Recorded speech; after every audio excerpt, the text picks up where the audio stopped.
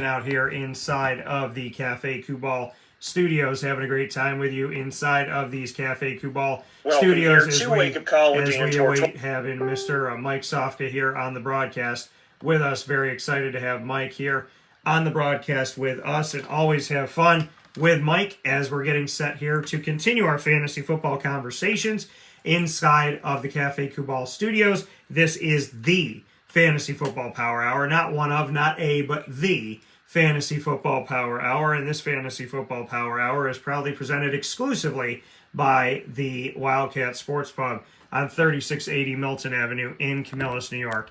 And so make sure you head out there and find us at the Wildcat Sports Pub. They are 7 days a week.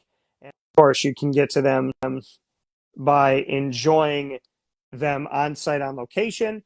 They have the ability to dine inside or outside, and Mr. Sofka is here with us. So talking about the Wildcat Sports Pub, our proud partner, you can find them 7 days a week at 3680 Milton Avenue in Camillus, New York. You can also find them by calling them for takeout or delivery at 315-487-2222 for the Wildcat. So with all of that being said, we are here with a very special edition of Wake Up Call with Dan Tortora's The Fantasy Football Power Hour. And this conversation is going to be featuring our thoughts and our take on the running backs of the NFL for the upcoming 2022-23 fantasy season, NFC edition. 16 teams, one broadcast right here for you. Mr. Sofka, how are we doing today? I'm doing wonderful. It's June. It's the 1st of June. It feels like, you know what this feels like? It feels like you've been playing this game in the street with your friends, stickball, whatever, and all of a sudden, you're halfway through the game, and reinforcements come. There's like 5 more guys come. Okay, you're 3 on that team, you 2 on this team. I am even the guy who doesn't play fantasy football year round has got to start looking at fantasy football now. I mean, it's June. I'm excited. It's the season. Yeah, I'm very excited for this upcoming season. Very excited for everything that's going to be here with us inside of the Fantasy Football Power Hour. You know that Mike and I are here with you all the way through. We are here all year long. We don't take time off. We're fantasy football supporters, lovers. Hopefully you trust us. So hopefully we're trusted voices for you. But we love being here with you. We love talking fantasy football. We love everything that we can bring to the community. And today is the day for us to jump in and talk about the world of the running back. And we're going to go to the NFC, and we're going to spend time with every NFC team, every single division in the NFC. And so we're going to start things off in the NFC North, Mr. Sofka, and we're going to go in alphabetical order. So with that being said, we'll go to the Chicago Bears first, and your thoughts on the Chicago Bears in their running back situation. And to give people a little bit of a primer here to let you know exactly what that looks like right now, David Montgomery, obviously back with the team.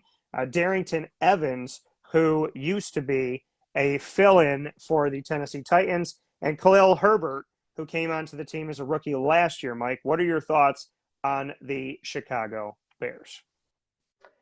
Yeah, I like David Montgomery. I think he's an every down type kind of back.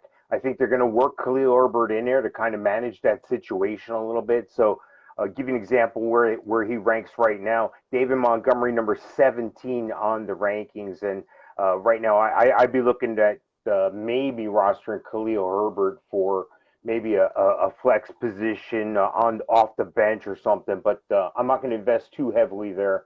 Not going to invest too heavily in David Montgomery either. I mean, why would I venture to get 4 guys that are in their 20s, in the rankings, when I can get one guy that's an elite guy? You can do a lot better than David Montgomery as your running back. It's always important to have at least one good running back on your team. David Montgomery might not be that guy, but he could be an RB2 for you. Yeah, I think in my opinion, honestly, I think, David Montgomery, and we look at his numbers from last year and what he was able to give you. He had a total last season of 849 yards, 3.8 yards a carry, 7 touchdowns on the season, that coming rushing. So not a bad bet. He played in 13 games last season, so he was out for a little bit. I call him a running back too as well. I can agree with you on that. I don't really think there's anybody else here that I would look to. Herbert and Darrington Evans, those are guys that, God willing, David Montgomery doesn't go down, but if he does, that's where you look to them. This isn't one of those teams where you want to roster two guys from the Chicago Bears as far as drafting them out of the gate, in my opinion. The Detroit Lions have DeAndre Swift when he's healthy. Jamal Williams is still there. Mike's more of a fan of Jamal Williams than I am.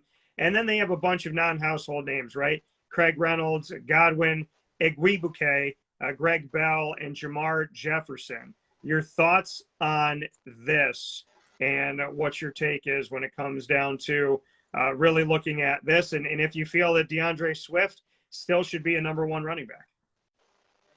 Yeah, absolutely. I think DeAndre Swift should be a number one running back. This is a guy who can be the every down guy, but they're going to mix in some Jamal Williams there, and they're going to do that to keep DeAndre Swift healthy.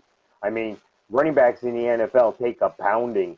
So, I know sometimes they try to get out of bounds, try to avoid contact and what have you, but I think it's going to be – I think they're going to mix in Jamal Williams a little more than people are comfortable with, okay? So, I like DeAndre Swift as a number one, but you got to take that for what it's worth, okay? DeAndre Swift's number 9 on my rankings right now, so he's at the bottom end. He's almost an RB2, just squeaking into RB1. So, I think you're going to see maybe a 200 carries for DeAndre Swift, and then maybe, 120 carries or so for Jamal Williams. Now, it might be a lot, you say, for Jamal Williams, but, they got other guys in the backfield they'd like to get in there. I'm sure they're looking to get Jamar Jefferson involved as well. So, can DeAndre Swift stay healthy? He had a health issue at one point, too. So, it all comes down to, how are they going to manage this quarterback situation? I'm sorry, it all goes back to the quarterback in Jared Goff. You got one of the worst quarterbacks. So are these guys going to run the heck out of the ball? Maybe not. They just brought in Jamison Wilson. They just brought in DJ Chark, Amon St. Brown. I think this team can do something. I just don't think I'm going to invest a lot of money draft-wise for a Detroit running back. Yeah.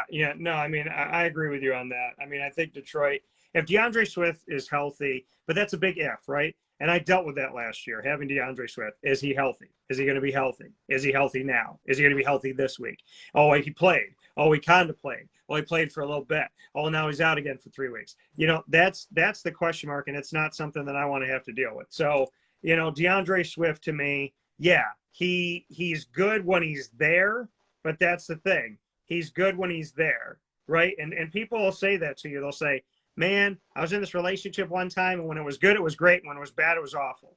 And that's not the type of one that I want. That's not the woman that you marry. That's the woman you date. Maybe you have some crazy nights with, but that's not the one that you marry. And that's who DeAndre Swift right now is. He's the one that I'm dating that maybe I had a few, good roller coaster rides with, but maybe he's not the one I'm going to bring home to mama. 5 rushing touchdowns last year, 617 yards, 4.1 yards a carry, 151 carries. Jamal Williams had 153 carries. So, they did spread it out, but also DeAndre Swift wasn't healthy, and that balloons the numbers a little bit for Jamal Williams. So, am I for rostering Jamal Williams in a deep league? Potentially, yes. He's not the worst bet you can have. He's not somebody that I look to be in my normal rotation, and I like him more than maybe people think that I do, but he's not somebody that I trust to carry my team. I don't trust DeAndre Swift to carry my team. So I like that DeAndre is a young gun that's got talent, but I'm wary of the fact that he needs to stay healthy, and that is something that makes him a running back too. I don't want DeAndre Swift to be the first running back I take off the board. That's what I'm saying. I don't want him to be the first running back, no matter where I'm drafting, to be the one that I have to take. I want to be smarter than that. Next up, the Green Bay Packers, NFC North. Aaron Jones, A.J. Dillon, my dude from B.C. Shout out to Steve Adazio and the staff getting the right dude. Kylan Hill coming over to them as a young gun. Patrick Taylor, a guy that I covered. And so they got a bunch of guys here that, Kylan Hill and Patrick Taylor could be auditioning for other teams at some point. But as of right now, Aaron Jones and A.J. Dillon, what are your thoughts? Yeah, you would think looking at this on paper that it would be Aaron Jones and then, A.J. Dillon are coming. I think A.J. Dillon has something to prove now. I think he's been around a little bit, and I think it's going to be more of a 50-50 split. That's going to surprise a lot of people, but I got them projected to each get about 180 carries. I think Aaron Jones gets the difference on the field. It gets the nod in a scoring situation, but not necessarily in a short yardage situation. I think they may go back to A.J. Dillon. So I got Aaron Jones right now, number 13 on my running back rankings, and I got A.J. Dillon at number 25. And like you said, there's some other talented guys they're bringing in, but they're not going to usurp Aaron Jones or A.J. Dillon anytime soon, from the looks of it now. Anyway, now if one of these guys gets hurt, A.J. Dillon or Aaron Jones, the other one automatically becomes, oh, I got to have that guy. So keep your eye out for, player health going into the season. Yeah, so I think that really does come down to it here is player health and making sure that, you're watching all of this because, Aaron Jones, listen, he's somebody that a couple of years ago I didn't see the value in. I see the value now. A.J. Dillon was a guy that I thought as a rookie when they drafted him in the second round was going to get more hay. He did not. But they let go of Jamal Williams and kept A.J. Dillon, which tells you something. They'd rather keep the young guy than keep the guy that they had there. So obviously they thought he was serviceable, but not enough. So, looking at this team now, I'm really hopeful and I'm excited on what they could do with them. And I do. I think that there is going to be a healthy dance of this. And I'm excited to see what this is going to look like and what it's going to turn into. So ultimately, for me, both of these guys are worth drafting. Aaron Jones is obviously a number one for you. A.J. Dillon is going to be a high number two. I think A.J. Dillon should rise up some boards. I think people that listen to our show, he will. I want those people to forget what we said when it's draft day for me. But you can remember in your other leagues, just not when you're drafting against me. But A.J. Dillon's a guy that I've talked about over and over and over again. I like that people are now in tune with him. I like that people are excited about him. And I'm hopeful in what he's going to do. He doesn't have my guru out there doing his thing. He doesn't have Nate Hackett running that offense anymore because Nate's running the Denver Broncos. But I'm hopeful for Aaron Jones and A.J. Dillon, the best 1-2 punch, if you ask me, of this division of the NFC North, in my opinion. Which brings me to who I would consider to have the best second 1-2 punch in the division. And that's Dalvin Cook and Alexander Madison and the Minnesota Vikings. Mike, what do you think? Yeah, I like Dalvin Cook. Dalvin Cook's a guy that when healthy, and he's proved that finally, when healthy, he can be your number one guy. He can be a guy that carries your team to the championship. It's just a matter of can he play the full season. That's where you're at. Because he's the type guy that, PPR or just a standard scoring league is going to be able to get you a lot of points. He's going to have a lot of scoring opportunities. Now, don't get me wrong. I like what I saw from Alexander Madison. Kenny Nwangwu, are they going to get him in the mix? They just brought in Ty Chandler as well. So, look, they got a great passing attack with Justin Jefferson and Adam Thielen. They got a great running back who can catch the ball out of the backfield. And they got a guy who's steady Eddie, always on the Mendoza line, Kirk Cousins, as a quarterback. So I think that this is a good situation. This is a good football team. I look for a good football team to have a balanced attack and put up some points. And I think this is a team that's capable of putting up some points. That's what you want from your fantasy running back. You want a guy that's going to be on a team that's scoring points. That's Dalvin Cook. He's an RB1 for me at number 7. Yeah, he's definitely an RB1, and, I'm going to put it very simple. We don't have to overcomplicate things here. The reality of it all is, yes, on Dalvin Cook is a number one, and a late round handcuff that if you got 5 or 6 running backs on your team, I am more than okay with it, is picking up Alexander Madison, because I think at some point this season, you're going to need him. And so I think the person that has that extra spot to say, you know what, I'm going to grab them and stash them, I like that. And, so I definitely am looking for this and looking for what Alexander Madison can do here. They did bring in a bunch of guys, so we'll see what they could do. But, ultimately for me, I think Madison is a nice late round grab and stash sleeper for you. But Dalvin Cook healthy is a player that everybody wants on their team. And shout out to his brother James Cook, who I interviewed, and he's on the front page of wakeupcalldt.com. You can watch that, from Georgia, who just won a national championship in the college football playoff, who will now be a Buffalo Bill, to potentially be better than Devin Singletary and Zach Moss put together. So if they had a baby, I think that baby would be uglier than what Dalvin Cook is, because he's pretty. So I'm excited for Dalvin Cook and what he could do. We go from the NFC North to the NFC South, and we'll start things off in the NFC South with the Atlanta Falcons. The Atlanta Falcons have changed their running back like underwear recently. They now have Cordero Patterson still, who to some people is a running back, to some people is a wide receiver. And we have Damien Williams, who used to be a Kansas City Chief. They drafted Tyler Algiere, who has some good numbers coming out of college. They also have Jeremy McNichols, who spent some time with the Titans. And they also have Quadri Allison, who they drafted out of the Pittsburgh Panthers. They have Caleb Huntley and Avery Williams. So a lot going on in Atlanta. And dare I say, I think Tyler Algiere might actually find some hay this year. What do you think, Mike? Yeah, I keep getting, Tyler Algiere forced down my throat every time I turn around. People are saying, "Oh, this is the guy. This is the. Oh, I'm surprised you're not on this guy." I'm just not there yet. I have to see something. I guess I'm from pretend I'm from Missouri. I'm from the Show Me State. I need to see it first. Look, Cordero Patterson, I should say. Cordero Patterson is a guy that I like in a flex position. He's number 23 as far as a running back, and I think it's great that he's in the running back position. I think he excels there because, like Deebo Samuel, he has that ability to run the ball quickly out of the backfield. You saw that initially with him on jet sweeps and so forth, but now they're just like, shoot, just give him the ball, because he has patience, he has vision. Yeah. And if you get him the ball in space, my God, this guy can still get it done. So why not have him on the field? Why not put him at running back, but split him out? Now is he running the ball? Is he catching the ball? How do I defend that? So I think that's great. I like them to mix in a Tyler Algiere. I think you're right. I think a Damien Williams can contribute. And there is the problem for fantasy players. I'm mentioning 4 or 5 guys here.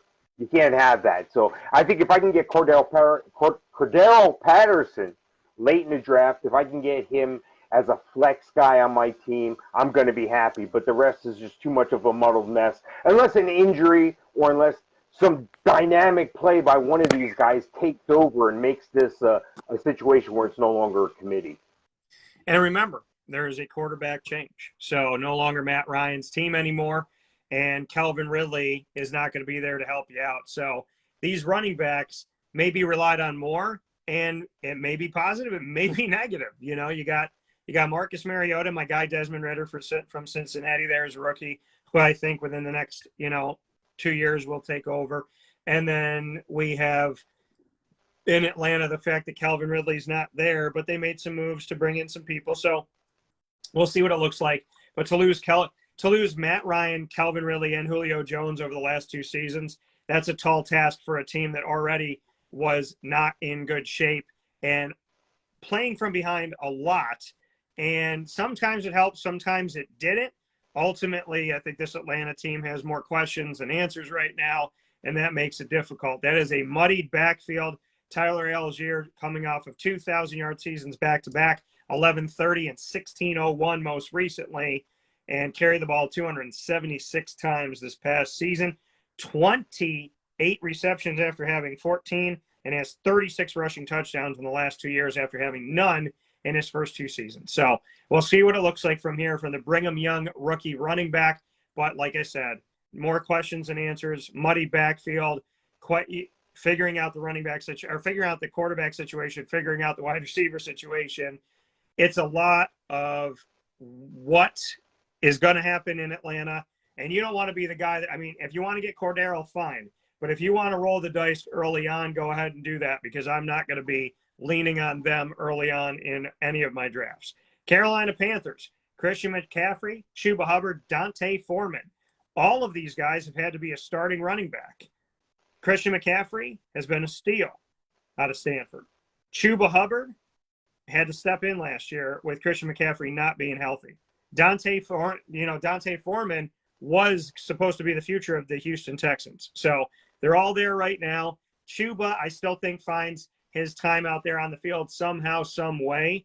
Could be a third down guy. And I think with Christian McCaffrey being injured so much over the last couple of years, especially recently, I think that they have to put Chuba Hubbard out there just because you want to lighten the load on Christian McCaffrey. So is Christian McCaffrey still a number one running back? And does Chuba Hubbard's stock rise because of the fact that we can't rely on Christian McCaffrey staying healthy? I think it all comes down to money pretty soon here. Yeah. I think Christian McCaffrey's got to prove he can stay healthy and prove he's still the guy. He's 26.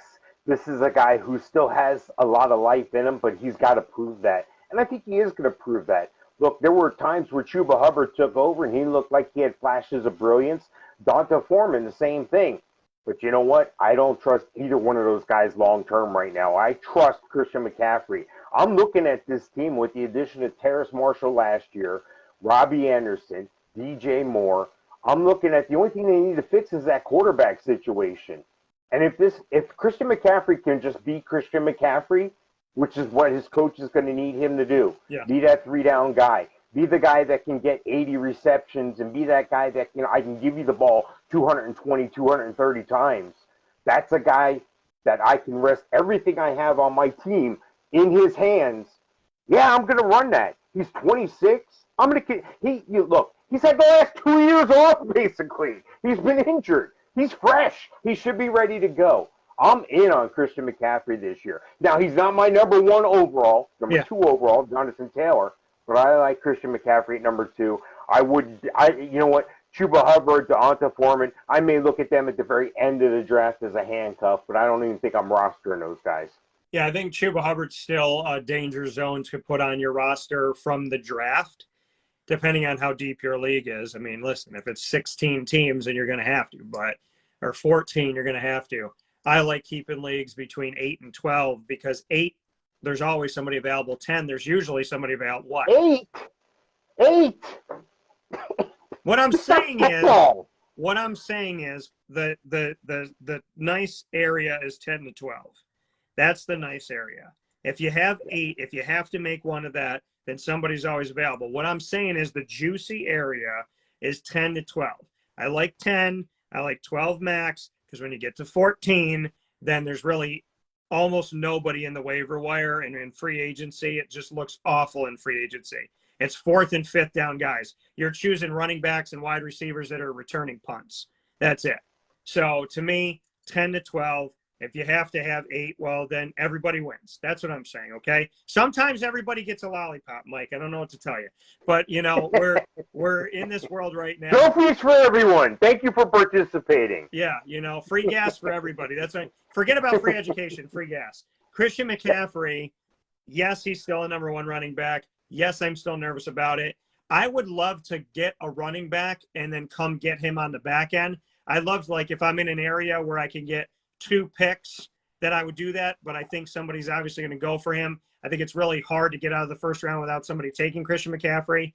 Chuba Hubbard, I don't want to roster him right now. He's somebody I look to, but I'm not as confident saying yes. But Christian McCaffrey, he's a guy that a couple of years ago I drafted high, which was nothing wrong with doing that. There was nothing wrong with drafting him high. It was the right decision to make. I don't think anybody would fight me on it, but then he got hurt. And that is a frustrating thing, right? When you finally get him, and that's the year where, or the year that I got Adrian Peterson finally, and he beat his child, and I didn't have him. So, it's the very tall. I mean, that's what somebody said. They're like, hey, look at Dan. He got the number one overall pick. He got Christian McCaffrey, and look at his record. And I said, yeah, well, you can't. I tried to do the best I could in free agency and in moving people around, but my team, they took those paddles and they tried to resuscitate my team a couple times with that Christian McCaffrey team, never bounced back. So I'm going to be a little when I do it, but I still feel good about drafting Christian McCaffrey. I might wince, but I'm still going to make the pick. The New Orleans Saints, not number one overall, though. New Orleans Saints, Alvin Kamara and Mark Ingram II, reunited, and it feels so good. Mark Ingram didn't get a lot of play last year, though. Tony Jones We'll see. He had to fill in for both of these guys last year due to injury. And Dwayne Washington still bounced around the NFL. Devin Ozigbo, who used to be with the Jacksonville Jaguars, is also on the roster. Does the Kamara Ingram conundrum become more of a 1-2 punch like it used to be? Or is the second act of this dance not worth watching? I still got Mark Ingram getting his share of touches. I still got him getting a little over 100 touches. At 32 years old, it's remarkable that this guy still has it. He's a locker room guy. He makes everybody around him in that running back room a lot better, including Alvin Kamara. I know you're asking me, how can you possibly make him better? Well, constantly having the guy that's, been around now. Alvin Kamara's been around now. He's a pro at this point. But I'm just saying, it's good to have that guy that's an older guy. If I'm Alvin Kamara, I'm like, shoot, this guy's 32 years old. I might have another 6 years in me. I think that's what you want to have around you, that positive energy. At the same time, I got Kamara as a draftable guy. He's definitely a PPR running back for you. He's number 8 on my ranking. Look, I'm not drafting Mark Ingram or Tony Jones or any of these other guys. It's just not worth it for the roster spot. However, I'm going to keep my eye on the waiver wire and my eye on Alvin Kamara's health, because there have been times when Alvin Kamara's been dinged up. So, hey, whatever it's worth, you always got to protect yourself. Sometimes it's a great idea to handcuff a running back at the very late rounds, the very last round, just before your defense and kicker. And we always do what? We always pick our kicker last. That's correct. Yeah, there is a rule in our league, and there's always somebody that breaks it, and I want to make them go sit in the corner. So it's, that guy in the 9th round who's got to take Justin Tucker has to do it. Kansas City fan that's got to take the Kansas City kicker. The guy, who wants to giggle when he takes Young-Ho Koo, whatever it may be. But ultimately, as Mike and I are drafting our 4th running back and 3rd wide receiver, you're drafting your kicker. And with all due respect, have fun with that. And the people that draft 2 kickers and 3 defenses, my best to you as well. With that being said, Alvin Kamara, worth picking, still a number 1 guy. Mark Ingram, wait on that. The Tampa Bay Buccaneers, Ronald Jones II. Remember when he got drafted and there was those words coming out of camp that he might not even make the roster when he got drafted because he didn't understand the playbook? He wasn't getting it down. He was making mistakes. Well, now he's not there anymore. Now he's a Kansas City Chief. Leonard Fournette has a 3-year deal after signing 2 one-year deals. Rashad White has been drafted to come on the team. And Keyshawn Vaughn's still there. And the man who helps you in PPR, Giovanni, don't call me Bernard, is still there. So what do you think about this? How much does White take away from Fournette? And is there anything to Vaughn and Bernard? Yeah, I don't think there's anything with Vaughn and Bernard. Look, Giovanni Bernard's still going to get some opportunity right up front. Hopefully he can stay healthy. He's had some problems with that later. And when you get a little longer in a tooth in the NFL, you've been around like Giovanni Bernard, that's going to happen. Look, Keyshawn Vaughn's had his opportunity, if you ask me. It's a do or die. Is he going to make the roster this year? But I'll tell you what, Leonard Fournette has had this resurgence with the Bucs here, and I think it's great for him. I think it's great for his career.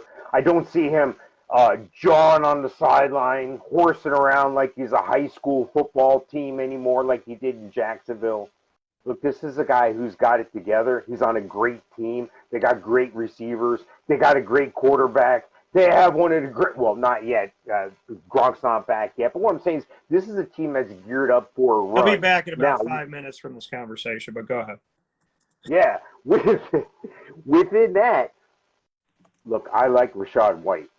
Now, I don't think he's going to cut into Leonard Fournette's production. I still got Leonard Fournette, a 200-carry guy. But this is a situation where they're going to preserve Fournette with Rashad White. And it's obvious Rashad White's a lot younger, got a lot more gas in the tank, got a lot more horsepower probably.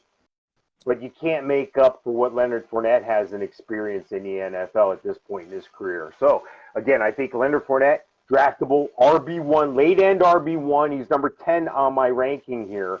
Rashad White, I got him at 50. But look for him early spring and look at health all the time, especially when you get running backs that are a little longer in the tooth, have a little mileage on the tires like Leonard Fournette. Yeah, I think Leonard Fournette, I think he's draftable. I think he's a running back too.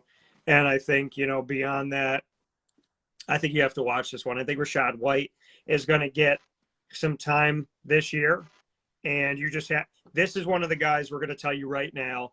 You're going to have to remember the name, write it down, put it on a sticky note in your office. Keep it there. Pull it out. Look at it. There's a list of names that we're going to tell you are going to either be on the waiver wire or be in free agency.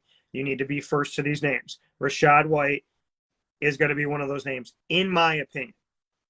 But Leonard Fournette is a running back too right now, and he is worth the pickup. So I think you should definitely go out there and get him. Keeping here with the running backs of fantasy football for the 2022-23 season in the Fantasy Football Power Hour, proudly presented by the Wildcat Sports Pub, 3080 Milton Avenue in Camillus, New York. Indoor and outdoor seating, volleyball court, 7 days a week. And, of course, you can go to them for takeout and delivery by calling 315-487-2222. That's 315-487-2222. Private banquet room. You can have your banquets there, your anniversaries there, your birthday parties there. You can watch all the games there. You can go on a date there. You can have your family there. You can bring the kids there. The Wildcat Sports Pub found a way to bring it all together, make it all fun, and keep it all safe. And we are proud to have worked with them for 5 years, going on half a decade. We're here with the Wildcat, and we love working with the entire team there, Danny Tome and the gang. So make sure you head out to the Wildcat Sports Pub, support local, and have some fantastic food. By the way, took second place. They were in a wing contest for the first time ever, and they took second place in Central and Upstate New York. So a big shout out to the Wildcats and that Wildcat sauce that you can get on the boneless wings or regular wings along with all their sauces. Go out and do that today. With that being said, we're going to shift to the NFC West. This is the running back edition of our fantasy football coverage, NFC side of things. All 16 teams in the NFC. We head off to the NFC West and the Arizona Cardinals. Guess what? The Arizona Cardinals depth chart, this is what it looks like at some places. First string, James Conner. Second string, blank. Third string, everybody else. Keontae Ingram, Jonathan Ward, Ronnie Rivers, TJ Pledger. You could tell me that these are guys that are part of a band or a football team. I would go, sure, okay. James Conner signed a 1-year, $1 million contract last year because the Pittsburgh Steelers were stupid and they let him go. Now James Conner is back with the Arizona Cardinals, and James Conner put up them numbers last year. Just to let you know on James Conner really quick here, 752 yards, 202 carries, and 15 rushing touchdowns. Dude's a beast. Beat cancer, beat leg injuries, and he beat you up if you didn't take him on your team last year. Mike, what do you think about the Arizona Cardinals running back situation, or shall I say James Conner? Yeah, if you got a guy that beat cancer and you've seen what he can do when he's healthy in the NFL, that's a guy I want. I mean, there's elite players and then there's elite players. Now, what I mean by that is, well, he's an elite running back. He doesn't have the elite numbers because he has had the injuries and so forth, and he has had the doubt in Pittsburgh. Well, now here he is in Arizona. He's rejuvenated his career. I see him getting the ball at least 200 times. I see him getting at least 45 receptions out of the backfield. I don't think it's a committee situation. I don't think Daryl Williams threatens him.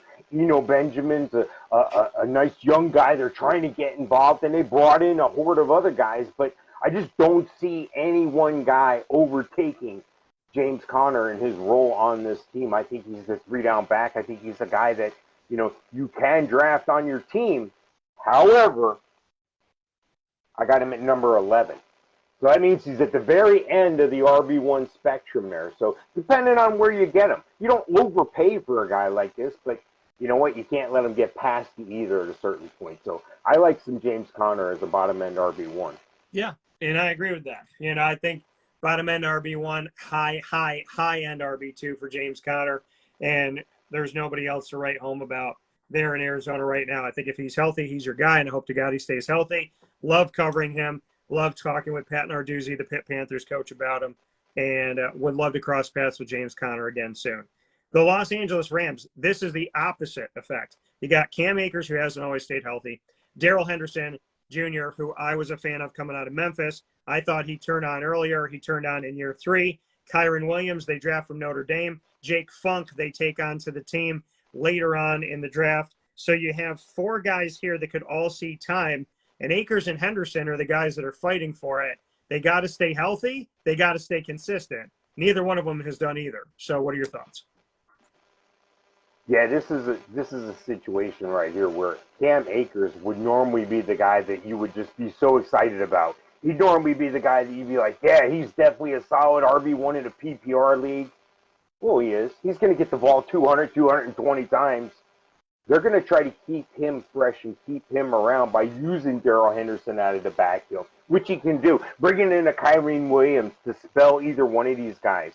Now, mind you, we haven't – Akers' return yet from this injury is especially – look, an Achilles is an Achilles. It's a hard thing, okay? Yeah.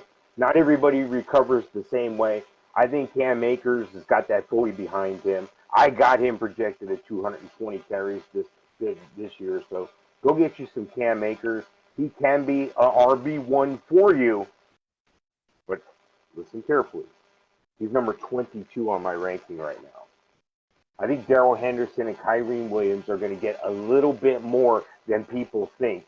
In the passing down situation, I think they're going to preserve Cam Akers for those first and second down opportunities. Yeah, Daryl Henderson Jr., 688 yards last year, 149 carries, 4.6 yards a carry, 5 rushing touchdowns. Kyrene Williams comes in, and I think, Cam, again, has to stay healthy. I think Cam might be out of the gate, but Daryl Henderson may be the guy that you're going to lean on more. I think these are middle round. These are guys that you let fall to you a little bit here. This is not your number 1 guy. This is maybe not your number 2 guy.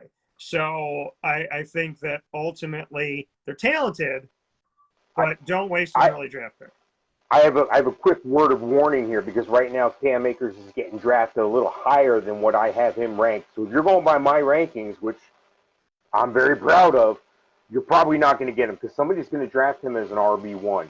When I said he can be your RB1, he has that ceiling. He can get up that high, but right now he's 22. Yeah, I think, and I think that a healthy Cam Akers that has done some things in college that in pro, that would change the mindset. Right now, it stays where it is. San Francisco 49ers with the NFC West. Elijah Mitchell, Tyrion Davis-Price, Jeff Wilson Jr., Trey Sermon, who did nothing last year out of Ohio State, JaMycal Hasty, who Mike brought up a lot, and Jordan Mason. Tyrion Davis-Price, you probably don't know the name. Elijah Mitchell, Jeff Wilson, Trey Sermon, and JaMycal Hasty, you know those names because Hasty helps you sometimes, Mitchell helps you sometimes, Wilson helps you sometimes, and Trey Sermon pissed you off. What are your thoughts? Yeah, I was disappointed with Trey Sermon, and he's relegated a little lower on the depth chart right now. I'm real intrigued by Davis-Price. I think this is a great opportunity for him, but can he get on the field past an Elijah Mitchell? I got Elijah Mitchell projected at over 200 carries here, so I think it's more or less Elijah Mitchell's backfield to lose, but they got these other names. Don't forget a name like JaMycal Hasty, who's come on in and stepped up at times. Jeff Wilson, who's been integral at times of need. So it's just a matter of what happens and what happens over here in camp. What happens in preseason? Who stays healthy? Because that's been a problem in this backfield before health. So right now it looks like it could be a committee, but I got Elijah Mitchell at 26. So I'm not expecting this guy to be an RB1 for me. I'm expecting him to be like a flex for me, a solid flex. I'm expecting to have a Davis-Price on my bench. And then I'm going to keep an eye out for these other names, Jeff Wilson, Trey Sermon, JaMycal Hasty on the waiver wire later on. Yeah, and a shout out to the young running back Elijah Mitchell, who finished the season just shy of 1,000 yards, 963 yards, 207 carries in that crowded backfield that's been there for the last few years, 4.7 yards a carry, and 5 rushing touchdowns. They've tried a lot of guys. Basically, after Carlos Hyde left, it's been a wide-open horse race, but Elijah Mitchell's been the horse when he's been healthy, and Tyrion Davis-Price is coming off of a 1,000-yard season, 1,003 at LSU with 4.8 yards a carry, very close to Elijah Mitchell, and 6 touchdowns, very close to Elijah Mitchell. So we'll see what he could do as he transitions to the NFL, which is always a transition, even for the best of them. Look at what Peyton Manning had to go through. So Elijah Mitchell, yeah, I'd like to have him on my roster. No, I don't want to have to rely on him as a number one. And I would love to pick him up as a lower 2, high 3. So that would be my look at it. We put up, as you know, every single week we put up on Twitter at CallDT. That's CALLDT. Follow us there if you haven't. And we'll put them up on the video as well from time to time. In the moment, you can vote in these polls. And on Twitter, those polls will be coming into us soon. I just put one up, though. If you were Aaron Donald, would you retire in your early 30s after winning a Super Bowl, or would you keep playing? 100% of you in the early voting have said that you would retire. You've done enough. You're 30. You made a ton of money. You made your hay. You're going to go, you're an all-star.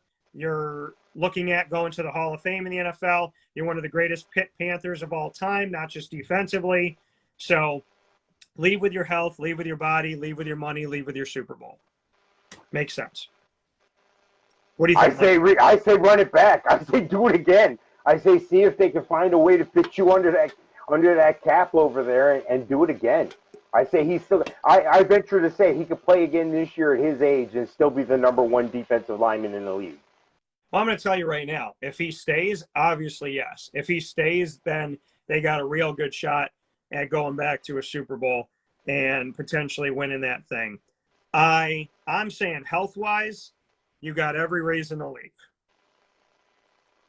As far as playing-wise, Bro could play for another 5-6 years. I wouldn't be surprised. So we'll see what happens in that world. Finishing the NFC West, we have Rashad Penny, who's back, Chris Carson, who's on the injury report before the season even started. Color me surprised, I'm not. DJ Davis, Travis Homer, who I covered at Miami, Darwin Thompson, who my guy Deandre Smith, who's now the running backs coach with the Giants, he trained him at Utah State when he had over 1,000 yards. He went on to win a Super Bowl with the Kansas City Chiefs, and they drafted Kenneth Walker III. I think Kenneth Walker has a grand chance to become the number one running back at Seattle, as they've had nothing to write home about. DJ has not been used a lot. Homer hasn't been used a lot. Carson has been used when he's healthy. He's been good, but he doesn't stay healthy for a full season. Rashad Penny has never shown that he's been worth the high draft pick. So Kenneth Walker III really looks like he's going to be the guy if he wants to be the guy. I think that he's a sleeper of the draft. What do you think? Yeah, I think it's a great call. I think he was one of the top 2 running backs in the draft. I mean, he had a heck of a run at Michigan State. This is a guy that I feel good about. But I don't think they're going to rely on him heavy early. Yeah, a lot can happen between now and then. This is still the beginning of June year. But I think it's his to win. Okay, a lot of times you say it's his position to lose. It's his to win. What I mean by that is Rashad Penny has shown flashes of brilliance. Chris Carson cannot stay healthy. DJ Dallas and Travis Homer are still in the running back room there. So, I mean, you can't discount any one of these guys from cannibalizing the other, where it's becoming a murky committee situation. But if I had to put my money on one horse, I'm going to put it on this young stud who just entered here to think he can outrun everyone else. And I think he can do that. So if I was going to bet on one guy, it'd be Kenneth Walker. However, I'm not trusting any one of these guys as my RB1, my RB2, probably not even an RB3 for me. I have Kenneth Walker ranked highest of all of them, and he's at 30. I have Rashad Penny in the 40s. And the depth chart isn't even consistent place to place. Even the places that brag that they have the most accurate NFL up-to-date depth charts, they're all over the place right now. So when you pointed out Chris Carson being injured before the season even starts, so it's too much of a headache for me. I don't have time for that on my fantasy team. No.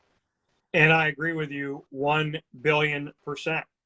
I don't have time for that. Kenneth Walker. Dynasty-wise, I'm excited about Kenneth Walker. Redraft, yeah. And I was going to say that. Kenneth Walker III, that's the excitement. That's where it comes from. That's who I'm looking to. Now, Rashad Penny didn't have bad numbers, right? 749 yards, 6.3 yards a carry, 6 touchdowns last season. Chris Carson, you got to fall down the depth chart here, fall down the line here past quarterbacks, past friggin' Zach Moss even, and just keep falling and keep falling. 232 yards, 3 touchdowns, 4.3 yards carry because he barely played. This man was behind Phillip Lindsay. He was behind Ty Johnson of the Jets. He was just above Sam Darnold with rushing yards. So, yeah, Chris Carson, he never stays healthy. We talk about him being a top 15 guy, but he never stays healthy, so he falls out of that. Kenneth Walker III is the one I'm most proud of. One of the guys I'm most excited about. I'll be proud if I can grab him and stash him on a team that I can have 6 running backs. So I like Kenneth Walker for a rainy day. Rashad Penny, I'm not going to let those numbers fool me, and I'm going to carry on with my life. The NFC East is where we're going to finish things off here, and we will start things off in the NFC East with the Dallas Cowboys. You either love them or you love to hate them. Ezekiel Elliott, Tony Pollard, Rico Dowdle, who I love his name, Jaquan Hardy, Malik Davis, and Aaron Shampkin. It's Tony Pollard and Ezekiel Elliott. In my opinion, this is Zeke's money year or this is Zeke's goodbye year because Tony Pollard ain't going anywhere. That's how I look at it. I think Pollard's stock is up. I think Zeke's stock is dropping. You could argue him as a 7. In most years, you'd say, hey, he's a top 7, right? He's a top 10. He's top 7. I put him at 7. But now with the injuries and all the things going on and the fact that Tony Pollard is serviceable and probably above serviceable because I think that's like an average term. I think he's above average. I don't think if Zeke can't do it this year, Zeke ain't going to do you know what. And that's how I look at the Dallas Cowboys. What are your thoughts? Well, what do they say about fool me once, shame on me, fool me twice, shame on you. Anyway, fool me once, shame on you, fool me twice, shame on me. What do they say about fool me a billion times and then wear a half shirt that is for the ladies and not the boys? And get in a fight with a security guard at a festival. Yeah. Look, this is a guy in Ezekiel Elliott that I think his better days are behind him, unfortunately. I'm not going to doubt him as a man or as an athlete when I say that. But what I'm saying is, look, he's 26. He hasn't looked like the Zeke that we all thought he was or that he was at one time as an elite running back. Unfortunately, with the arrival of Tony Pollard, that's taken a little away from him. And with his inability to stay healthy and stay on the field, again, your best ability is availability. Yeah. Zeke hasn't had that at all times. And Zeke's been don't get me wrong, he's been a solid running back. But I'm not going to talk about him as a top 5 running back anymore. I'm not going to talk about him as an RB1 anymore. Right now, he's like an RB2 for me at 14 on my rankings, with Tony Pollard at 29 on the same rankings.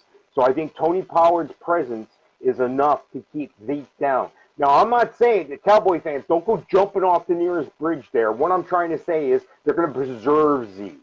This is best for the team to spread that around. What it's not best for is your fantasy team. And what it's not best for is Zeke, who I think will eventually either be kicked out or leave because he's not going to like having to share time. Listen, Zeke got over 1,000 yards last year, 1,002. But he averaged last season 4.2 yards a carry. Tony Pollard averaged 5.5 yards a carry on the same team. 719 yards, 130 carries for Tony Pollard, who had 2 rushing touchdowns. Zeke had 10. Now, you might give the ball to Zeke at the goal line, but Tony Pollard's going to get that yardage. I think Tony Pollard's going to get more work. I think Zeke might get – I think it's going to even out at some point. I don't want to say Zeke's going to get less. I think it's going to even out at some point. That hurts your fantasy team. I like Tony Pollard more than Zeke. What did I say? Going into last season, Zeke is a 7. You got him at 14? Okay, so you double his number. You drop him down. I'm not going to disagree with you on that. I'm okay with that. I like Tony Pollard's stock. I think it's higher. And I think Tony Pollard, yet another Memphis running back. There's a bunch of them in the NFL. And I think that he is a guy that is worth looking to and worth putting out there on your team. Not that Zeke isn't. Not that Zeke isn't. I'm just sick and tired of going.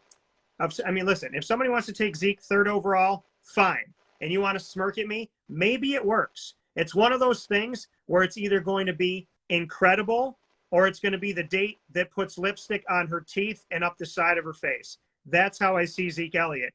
Either she's going to walk out of that thing onto the red carpet and that dress is going to kill, or her lipstick is going to be all over her face and it's going to be missing her lips, but it's going to be everywhere else. Okay, that's how I look at it. It's Zeke the Freak, and it may be a freak show this year. But Tony Pollard, He's the date that I know is never going to embarrass me when we go to Cheesecake Factory. That's what I know. Why you always fight with me at Cheesecake? I don't have to worry about Tony Pollard doing that, but Zeke will fight with me at Cheesecake. New York Giants, Saquon Barkley, my guy, Deandre Smith is now the running backs coach there. He knows that he's got to get Zeke right or Zeke going to be gone. Matt Breida is on his 47th team. There's only 32 teams in the NFL. Figure out my math. Gary Brightwell is there, Antonio Williams, and so on and so forth. It's Saquon Barkley. It's make or break. Daniel Jones does not have the option. Make or break this year. Kenny Golladay, make or break. For some odd reason, Kadarius Toney, they finally drafted a guy that could help him out. And it's make or break because allegedly he's on the trade block. Sterling Shepard has spent 82 years with the Giants. It's make or break. It's got it. Well, maybe not for him because somebody likes him there. But Saquon Barkley, you would want to say top 5, but they haven't had the offensive lineman to defend him. They haven't had the passing game to help him out. Saquon Barkley, this is the year. This is the year. Is it the year? I feel like there's going to be a lot of paranoid schizophrenics that are thinking about drafting Saquon Barkley. What are your thoughts? Well, this is all going to go to the offensive coordinator. Who's that? My brother from another mother, Mike Kafka. Mike Kafka. I'm Mike Kafka, right? There you go. Hey, look, they're going to want to run the ball a lot, but they're not going to be able to because of Saquon's health, and they need to preserve Saquon's health. There's tremendous drop-off past Saquon, so look for them to sign another running back before the year and when everybody starts making moves around the league. But before the year starts, look for them to sign another one. But Saquon is Saquon. They're going to try to give him the ball 200 times, but can he stay on the field? He is a number 1 running back. He's just not going to give you that type of performance. I have him at number 15 on my rankings right now, and I don't have anybody else worth rostering. I think they're going to pass the ball. I think they're going to figure out ways to get Kadarius Toney involved in that offense, a la Cordero Patterson, a la Deebo Samuel. He's got that kind of he's got that kind of vision. I've seen this guy in the college game up close. He can play. Hopefully, this thing about them wanting to trade him isn't a big mark against them. Maybe everything's under the carpet by now.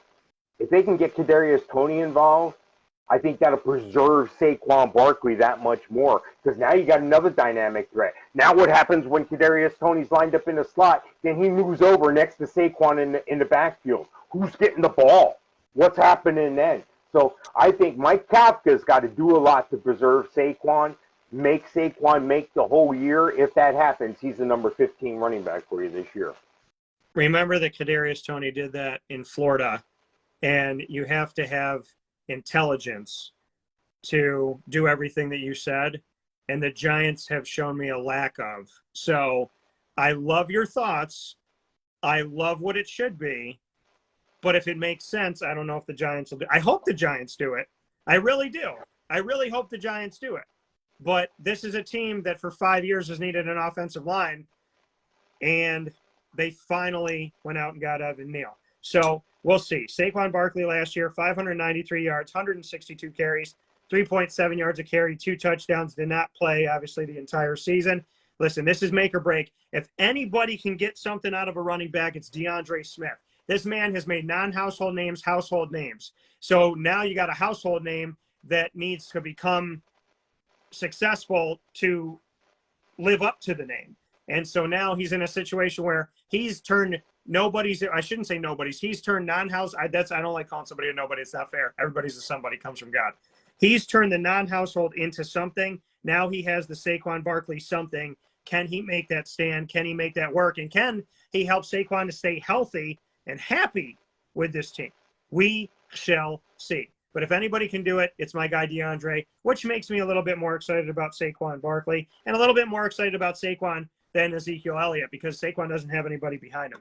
Final team of the NFC edition of our running back fantasy primer for the 2022-23 NFL season in the Fantasy Football Power Hour, proudly presented by the Wildcat Sports Pub.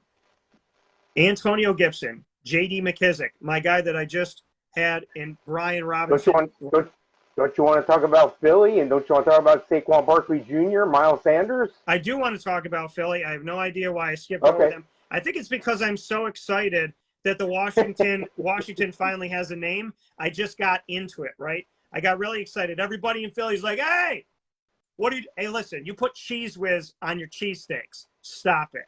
So, anywho, Miles Sanders, Kenneth Gainwell, Boston. I know a lot of Philly fans are like, are you kidding me, right? Listen. City of brotherly hate. I send you my love. I send you my well wishes. I've never had a problem with Philadelphia. All I'm saying is your fans are they're something else, okay? You should never go to a game. Listen, somebody might boo you, they might like razz you a little bit, playful. But when somebody tells you don't go to a Philly game without a Philly jersey on, if you put any other team on going to a Philly game, somebody may consider murdering you.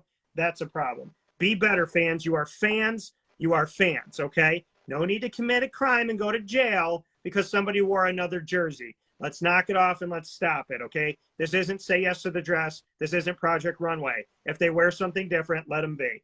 Miles Sanders, Kenneth Gainwell, Boston Scott. What are your thoughts? Yeah, I like Miles Sanders, but again, I say Saquon Barkley Jr. It's almost fitting. They went to the same school, and Miles was right after Saquon. So it's kind of unique. They both have a similar style play. If you looked at them again and they were on the same team, would you rank them the same as Saquon over Miles? I might. I probably would. And that's a problem. That's a problem for Miles Sanders.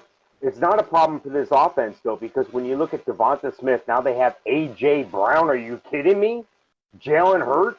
Yeah. Are you kidding me? This is a team. Look for this team to do kind of what, well, the Baltimore Ravens do. A rushing attack where they're able to throw the ball. Lamar Jackson surprised some people with his ability to throw the ball last year. And now that you mix in another talented receiver, they got two really good receivers on that team. I think that helps Miles Sanders, and I think that helps him, especially in a PPR league. I think this is a great time for him to pick up some check down passes, some screens, and whatever. But Kenneth Gainwell's not going to cut into him unless he gets hurt. Unless for some reason all of a sudden he loses his vision or what have you. Yeah. What I mean by vision is his ability to see the hole and cut and move. So I think a Miles Sanders is a guy that's, maybe at 27 overall is where I have him for running backs. And I got Kenneth Gainwell much further down than that, like a 49. I think it's a passing and running attack. But when you have a running quarterback, he takes a lot of those rushing yards, a la Lamar Jackson. You named 3 running backs in Philly.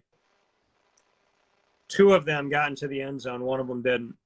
The number 1 guy, Miles Sanders, did not have a rushing touchdown last year. Not a single rushing touchdown. Kenneth Gainwell gained, see what I did there, 291 yards, 4.3 yards a carry, had 5 rushing touchdowns. Boston Scott, and they were both behind Jordan Howard, mind you, for yards. Boston Scott, 373 yards, 4.3 yards carry, and 7 touchdowns. Between Boston Scott and Kenneth Gainwell, 12 rushing touchdowns. Miles Sanders, 0. That many. Miles Sanders ends the season last year with these over 754 yards, 137 carries, 5.5 yards carry, no rushing touchdowns. This is where fantasy gets dicey because you may want to draft Miles. You may like Boston Scott in waivers. You may like Kenneth Gainwell in the middle of the season, but none of these guys is the guy. That's the tough part. That's what Mike gets to. It's saying if Miles and Saquon were on the same team, I'd probably still take Saquon. And what does that say about Miles? Because Saquon and Miles both get injured, and they're not consistently great, right? So I think ultimately all of these 3 guys have value, but Miles Sanders did not find the end zone. They're going to use Gainwell. They're going to use Scott. And that's going to hurt you if you draft Miles Sanders. And that's why he's not a number 1 running back. He's a number 2. He's a number 2 with the caveat that you probably need to handcuff him. Now we go to the Washington Commanders. Gosh darn it, I can't tell you. There's a lot more things that make me happier than finally saying a name of this Washington team.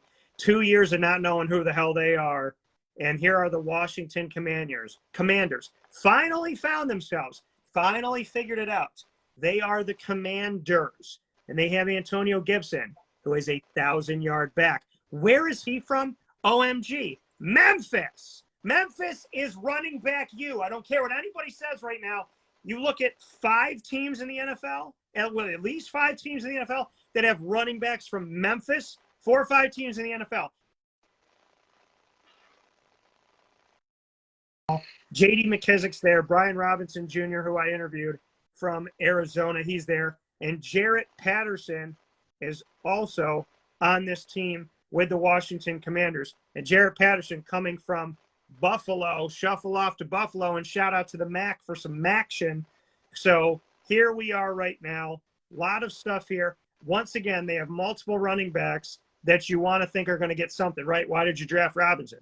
Why do you have Jarrett Patterson? They have Reggie Bonifant, who played running back, wide receiver, tight end, and quarterback for the Louisville Cardinals. Played everything except for head coach, which maybe if he did, they wouldn't have head coaches cheating on their wives that are getting fired. But anywho, I digress. Antonio Gibson and J.D. McKissic are really the names we're looking at. Antonio Gibson's numbers last year finished him in the top, let me see here, top 6 in yardage, 1,037, 258 carries, 4 yards a carry, 7 rushing touchdowns. The man is a beast. I credit Mike with telling you about this dude as well. I'm going to shout out Memphis all the time, but Mike's the guy that said, this guy's got a lot of fantasy value. Tell me your thoughts, Mr. Sofka. Is it an Antonio Gibson year once again? It can be. He's got a high ceiling. The problem is, how good is Carson Wentz going to be? Are they going to load 8 guys in a box because Carson Wentz can't get the ball to these receivers? Terry McLaurin, are you kidding me? How can you not get the ball to him? Jahan Dotson, you just brought him in, and Curtis Samuel. So how good can Carson Wentz play is going to be the caveat to Antonio Gibson, unfortunately. That tempers him down a little bit. Then when you include the fact that J.D. McKissic is a great guy they like to pass the ball to, now in a PPR league, that takes them down another couple ticks. They just bring in Brian Robinson. Oh, these guys are 1 inch apart and like 1 pound apart. Physically, they're the same guy, but I think Robinson runs with a heavier style. I think Gibson's more light and more fleet of foot. I think they're going to try to mix these guys in. I think they're going to try to mix the Jarrett Patterson in.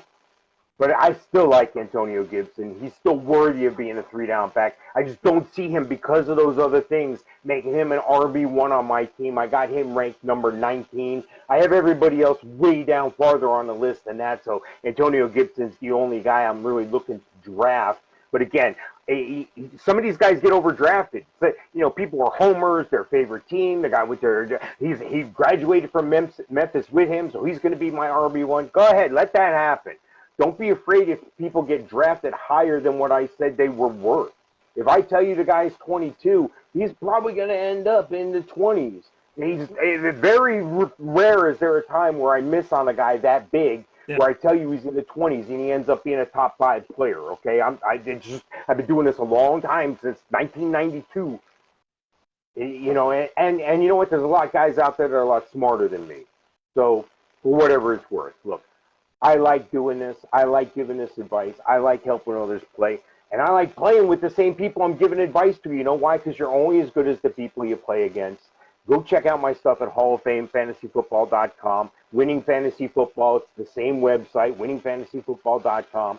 And follow us along on the Facebook group, Winning Fantasy Football. Yeah, and listen, Antonio Gibson, high end 2, late second round, early third round to the smart people out there is how I look at him going in your draft. With that being said, once again, Mike Sofka of HallOfFameFantasyFootball.com, myself, Dan Tortora of WakeUpCallDT.com, jointly together, Facebook group, Winning Fantasy Football. All you got to do is go to Facebook, type in Winning Fantasy Football, click search, and you will find us there, and you will join us there. So we look forward to seeing you there, and, of course, every Wednesday between 10 and 11 a.m. Eastern Time, minimally, usually over. We look forward to seeing you in the Fantasy Football Power Hour, powered by the Wildcat Sports Pub, 3680 Milton Avenue, Camillus, New York. 7 days a week, indoor and outdoor seating as weather permits outside, and, of course, takeout and delivery, 315-487-2222. Wildcat Wings, second place here in Central New York, being in it for the Wing Fest for the first time ever. Get the Wildcat sauce. Come out and enjoy it. Awesome games, awesome atmosphere, family-friendly, safe place, great environment, huge banquet hall, everything they got, it's all there for you. So we'll see you at the Wildcat, 3680 Milton Avenue in Camillus, New York. We'll see you every Wednesday on Wake Up Call with Dan Tortora between 10 and 11 a.m. Eastern Time inside these Cafe Kubal studios. For Mike Sofka, I'm Dan Tortora. You're awesome, and you just got a full helping of the entire NFC when it comes to the running backs. Next week, it's the AFC running backs, 16 other teams in the NFL as we get you set for the upcoming season. Mr. Sofka, as always, I salute you, I applaud you, and I thank you. My favorite beard in America, and maybe the world. Appreciate you as always, Mike, and I'll talk with you soon. All right, thank you, Dan. I look forward to it. Take care.